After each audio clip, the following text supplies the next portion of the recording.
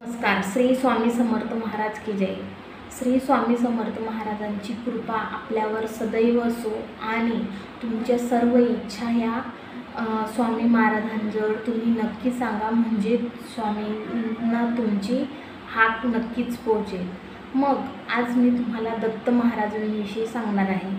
जो कोणी उपासक असतो, सेवा करणारा जो असतो त्याला उपासक म्हणतात, साधक म्हणतात. मग तो उपासक त्रिमुखी दत्तात्रयाला पूजत असो, कोणता उपासक हा एकमुखी दत्तात्रयाला पूजत असतो.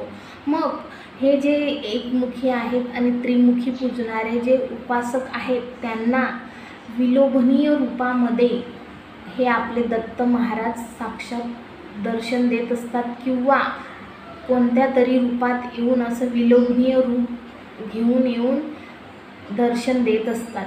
मग आणि त्याची प्रचितीसुद्धा देत असतात.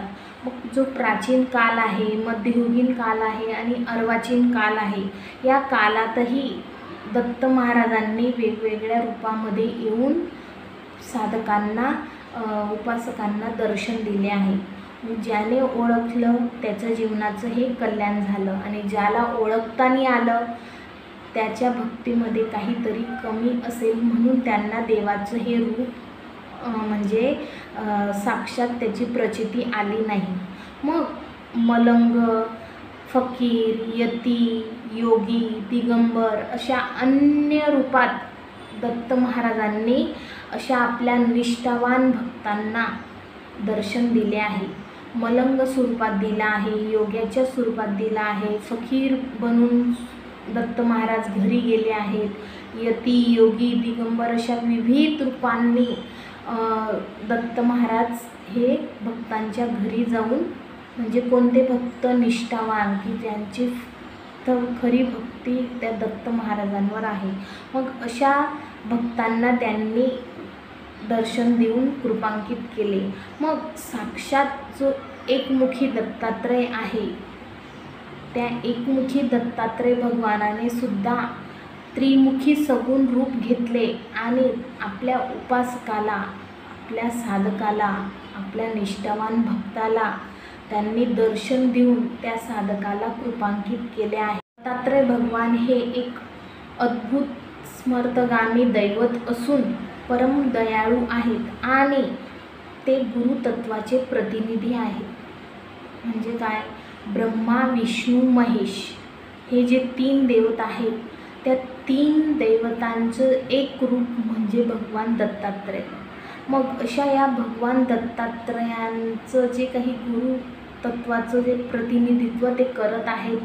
मग त्यानंतर श्रीपाद श्रीवल्लभ, नृसिंह सरस्वती, मग श्रीपाद श्रीवल्लभ असे येऊन मग स्वामी महाराजांच्या अवतारात त्यांनी भक्तांसाठी तो स्वामींचा अवतार घेतला. पण जे दत्त स्वरूप आहे ते गुरुतत्वाचे ते प्रतिनिधी आहेत. कारण ब्रह्मा, विष्णू, महेश या देवतांनंतर त्यांचं तिघांचं एक रूप झालेलं हे भगवान दत्तात्रय आहेत. मग असे हे त्रिगुणात्मक असल्याने सत्व, रज आणि तम या विकाराचे ते हरण करतात आणि साधकाला, भक्ताला त्या मोक्षाच्या वाटेवर नेऊन सोडतात. मग या संदर्भात जे कोणी अभ्यासू आहेत, साधक आहेत, त्यांनी बरीचशी माहिती ही मिळवली आहे. कुठून तर आध्यात्मिक इतिहासाच्या ग्रंथातून ही माहिती मिळवली आहे. मग जो साधक आहे त्यांनी हे दत्त महाराज त्रिगुणात्मक रूप असून सुद्धा त्यांनी जे सत्व, रज आणि तम हे गुण आहेत त्या साधकाच्या अंगामधून किंवा त्याच्या मनामधून ते हरण करून त्याला मोक्षापर्यंत नेण्याचा म्हणजे जो काही मार्ग असतो तो त्या मार्गापर्यंत तो दत्त महाराज त्या भक्ताला सोडून देतात. मग अशी जी भक्त आहेत ते मोक्षापर्यंत नक्कीच जातात. मग हे जे काही मी आता बोलते आहे, मग असेच साधक खूप होऊन गेले दत्त महाराजांनी. त्यांनी खूप अभ्यास केला. आध्यात्मिक जे काही पुस्तकं आहेत, ग्रंथ आहेत, त्या ग्रंथांमधून माहिती मिळवून हे दत्त महाराजांचं हे अशी माहिती मी तुम्हाला सांगत आहे.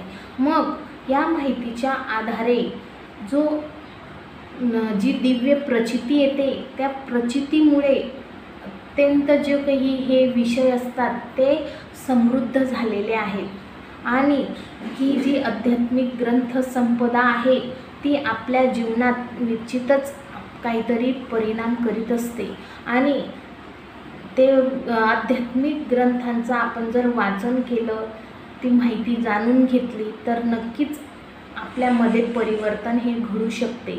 मग आवड वाढते आपली, तसेच आपलं मन त्यामध्ये रमू लागते. आपल्याला परत परत देवाची काहीतरी वाचन करता यावं, आपल्याला ज्ञान मिळावं म्हणून आपण ते वाचत राहतो आणि मग ती वाचण्याकडे आपली ओढ निर्माण होते आणि अंतराची जी काही आपली तळमळ आहे ती आपल्यामध्ये वृद्धिंगत होते व आपली पावले हळूवार त्या आपल्या स्वामींच्या दरबारात, दत्त महाराजांच्या दरबारात, कोणतंही मंदिर असो, कोणत्याही देवाची पूजा करण्याच्या आधी जर आपण त्यांच्या आध्यात्मिक ग्रंथाचं वाचन केलं तर नक्कीच आपोआप आपले पाय हे त्या मंदिराकडे, मठाकडे, दत्त महाराजांच्या मठाकडे हे ओढले जातात. मग अशा दिव्य प्रांतात आपण जर आहोत आपल्या भारत देशात तर नक्कीच आपण हे आपल्या स्वतःमधून हे करायला हवे. पुढचं काम जे काय आहे की अगम्यरित्या दत्त महाराज ते आपल्याकडून करून घेतात.